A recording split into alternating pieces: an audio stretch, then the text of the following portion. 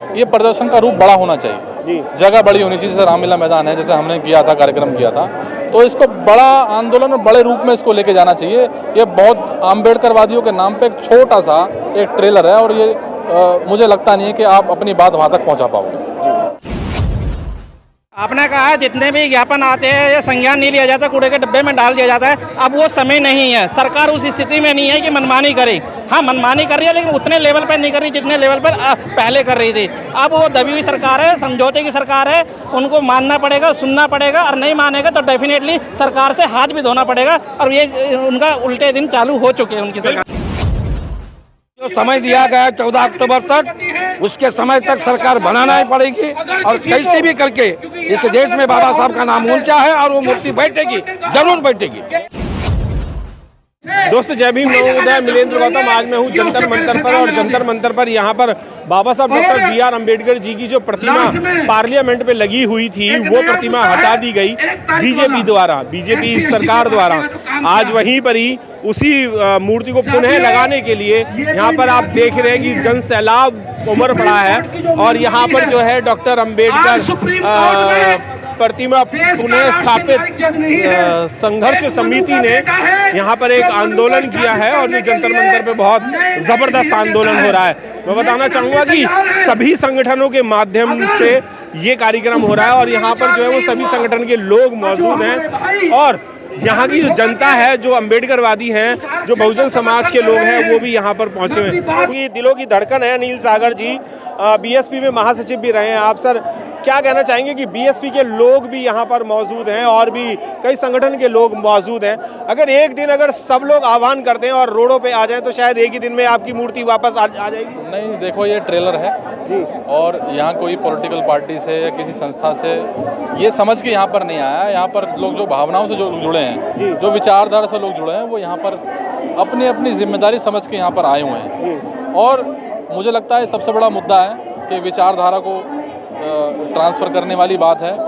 ये side effect देखना चाहते थे भारत सरकार कि जिस दिन रिजल्ट आना था उससे एक दिन पहले रात को वो भी मूर्तियों को ट्रांसफ़र किया गया। मतलब ये तरीके से अपमान किया गया है संविधान का। जिस तरीके से उन्होंने नई पार्लियामेंट बनाई है, नई पार्लियामेंट में कहीं भी आप देखोगे बाबा साहब का कहीं भी अंग, कहीं भी रूप, कहीं भी शब्द या कहीं भी विचारधारा बाबा साहब की नज़र नहीं आ रही है। तो दूसरा जो पार्लियामेंट है जिसको संग्रहालय के रूप में बनाना चाहते हैं, जहाँ पर संघर्षों के बाद जो मूर्ति लगी और जो समाज के पैसे से लगी, समाज की कुर्बानी से लगी, समाज के बहुत सारे लोगों ने कुर्बानी दी और जेलों में भी आपको पता होगा, जेलों में भी महिलाओं ने जो है, प्रेग्नेंट जो महिला थी उन्होंने भी जेलों में बच्चों को जन्म दिया था। मतलब ये संघर्ष बहुत बड़ा है, इसकी तुलना नहीं की जा सकती। इसलिए ये मूर्ति मतलब कहीं और लगा देना एक बहुत बड़ी बात इसलिए है क्योंकि संघर्षों से वहाँ पर स्थापित की गई थी।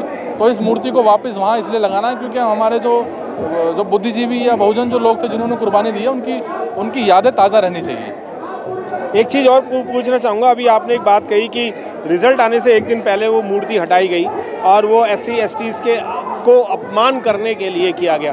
क्या बीजेपी को ये पता चल चुका था कि SC STs ने बीजेपी को वोट नहीं दिया इसलिए पार्लियामेंट से मूर्ति हटा दी गई? बाबा साहब देखो ये लड़ाई विचारधारा की है और वोट SC जो हिंदू मानसिकता के जो SC वोटर हैं वो उनको वोट देने वाले लोग तो वोट देते ही हैं। यहाँ बात विचारधारा की है कि उनको ये बात पता है कि वोट देने वाले और नहीं देने वाले दो पक्ष के लोग हैं। जो विपक्ष के लोग थे, जो BSP को लोग देते हैं, या बाबा साहब की विचारधारा वाले जो लोग हैं, वो लोग एक विचारधारा पे वोट देते हैं। ये बात उनके जहन में थी। ये ऐसा नहीं सोचा उन्होंने सोचा कि भाई हम लोग देखना चाहते हैं कि ये फिर से मतलब ट्रेलर या एक ऐसा मान लीजिए कि भाई एक टेस्ट करना चाहते हैं। यानी SC STs को चेक किया है, एक चूटी भर के टेस्ट किया है कि इनमें जान है या नहीं है, जागरूक है या नहीं है, ये चेक करना चाहते थे वो लोग। ये प्रदर्शन का रूप बड़ा होना चाहिए जी। जगह बड़ी होनी चाहिए। जैसे रामलीला मैदान है, जैसे हमने किया था, कार्यक्रम किया था, तो इसको बड़ा आंदोलन और बड़े रूप में इसको लेके जाना चाहिए। ये बहुत अम्बेडकरवादियों के नाम पे एक छोटा सा एक ट्रेलर है और ये मुझे लगता नहीं है कि आप अपनी बात वहाँ तक पहुँचा पाओगे। और लोगों से भी बात करते हैं, अशोक जी भी हैं, उनसे भी जानने की कोशिश करते हैं। पूरे लबालब हो रहे हैं सर पसीनों से, और ये बाबा साहब के भी पसीने ये उन्हीं के ही होंगे कि आप पसीने लेने लायक भी हुए। तो क्या मूर्ति दोबारा वहीं लगेगी अब?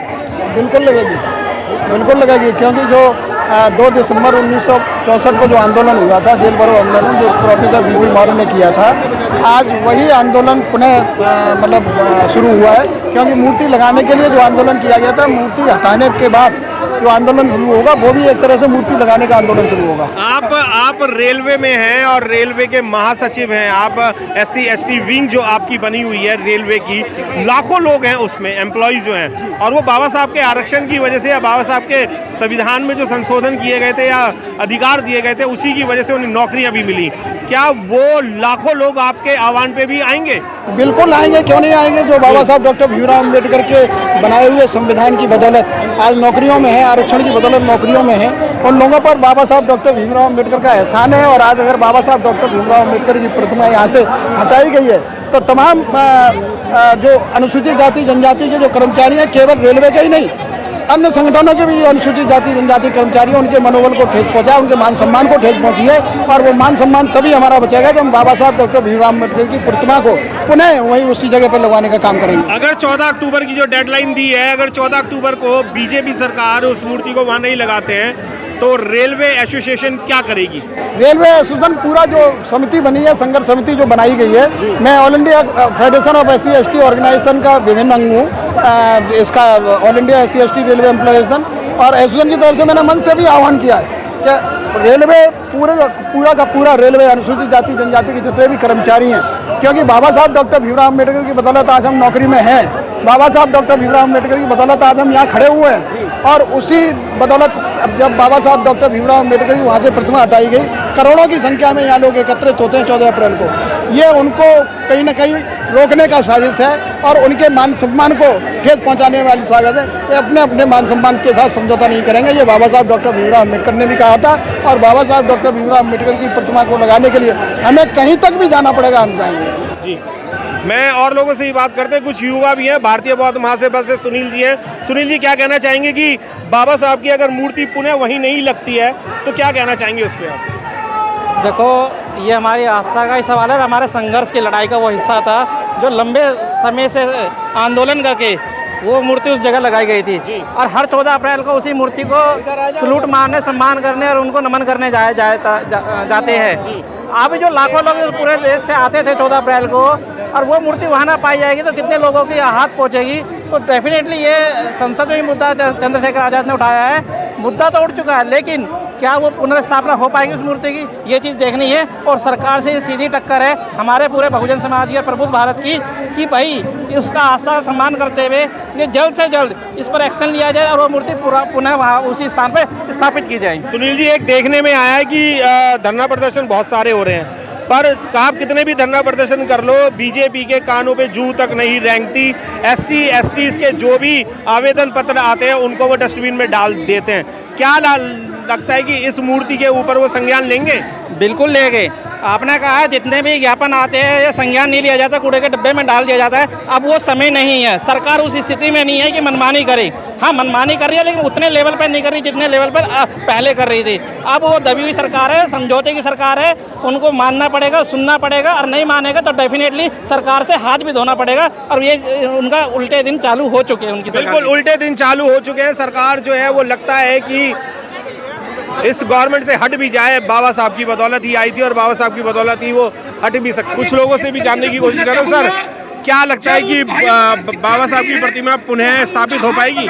जरूर हो पाएगी, और हम क्या करना है, जरूर हो पाएगी, बिल्कुल जरूर हो पाएगी, होनी चाहिए, होनी चाहिए। हाँ, आप क्या कहना चाहते हैं? बिल्कुल होनी चाहिए। मैं तो कर्नाटक से आया हूँ, ये इससे शामिल हुआ हूँ, और जो समय दिया गया है 14 अक्टूबर तक, उसके समय तक सरकार बनाना ही पड़ेगी, और कैसे भी करके इस देश में बाबा साहब का नाम ऊंचा है और वो मूर्ति बैठेगी, जरूर बैठेगी, जरूर बैठेगी। बिल्कुल, बहुत लोगों का यही मानना है। आइए कुछ और लोगों से भी बात करते हैं।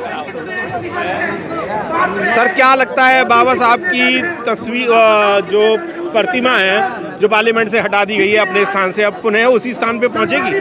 बिल्कुल पहुंचेगी, नहीं पहुंचेगी तो देखिए 140 करोड़ लोगों का अपमान हो रहा है। बाबा साहब का अपमान के साथ साथ 140 करोड़ लोग एक साथ हैं जो सरकार चुनने में, सरकार को गिराने में अहम भूमिका पूरा देश रखता है। क्योंकि संविधान पूरे देश का है, न किसी एक जात का एक धर्म का। पूरे सभी धर्मों का, सभी जाति का, सभी मानवों का अपमान हुआ है। जो हर मानव अगर इस देशवासी का जो भी है वो अपमान सहन नहीं करेगा और ये प्रतिमा उनको लगानी पड़ेगी। ये हमारे एक लोकतंत्र का हिस्सा है। अगर तस्वीर नहीं लगती है तो क्या स्टैंड लिया जाएगा? ये सब मिलकर के नहीं बात करेंगे, पूरा देशव्यापी आंदोलन करेंगे, भूख हड़ताल करेंगे, जेल भरो आंदोलन करेंगे, बैठ करके इसका फैसला लिया जाएगा समता सैनिक दल के उस समता सैनिक दल के माध्यम से 14 अक्टूबर का एक लास्ट डेट दी गई है सरकार को। क्या लगता है कि 14 अक्टूबर तक प्रतिमा जो है वो दोबारा से स्थापित वहीं होगी?